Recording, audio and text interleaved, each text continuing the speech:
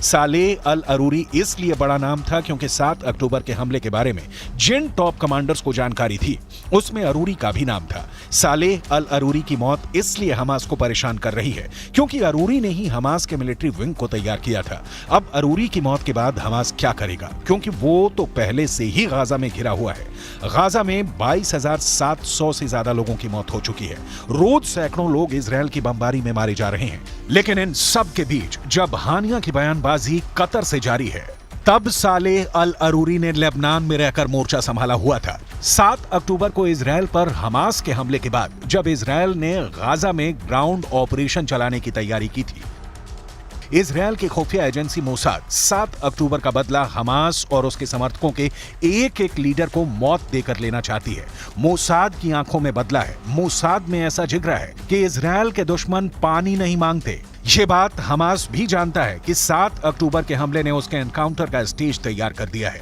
उसने सालेह अल अरूरी को मार दिया है और अब उसके निशाने पर है। हमास के नंबर 1 लीडर इस्माइल हानिया, मोसाद का टारगेट नंबर 2 है खालिद मेशाल, क्योंकि सालेह अल अरूरी की मौत हो चुकी है। ये तीनों नाम हमेशा इजराइल को खटकते रहे हैं और अब इनमें से एक को तो इजराइल ने हमेशा के लिए मौत की नींद सुला दिया है। साथ ही गाजा में 3 महीने से बमबारी चल रही है। उसमें करीब 23,000 लोगों की मौत हो चुकी है। इसमें ज्यादातर महिलाएं और बच्चे हैं। वैसे गाजा से जो लिंक मिले हैं उसके बाद मोसाद अचानक सुपर एक्टिव हो गया है। नेतन्याहू के ऑर्डर पर मुद्दा अब सिर्फ ऑपरेशन है और नेतन्याहू ने तो साफ साफ कह ही दिया है कि दुनिया का कोई भी कोना हो, चाहे वो गाजा हो या फिर कोई और जगह, हमास का अंत फाइनल है और ये होकर रहेगा। हालांकि ये अंत कब होगा ये कोई नहीं जानता है, क्योंकि भले ही इजराइल ने हमास को नेस्तो नाबूद करने की कसम खा रखी हो, लेकिन सच यही है कि हमास से भी इजराइल को कड़ी टक्कर मिल रही है। दूसरी तरफ हिजबुल्लाह ने इजराइल की नाक में दम कर दिया है।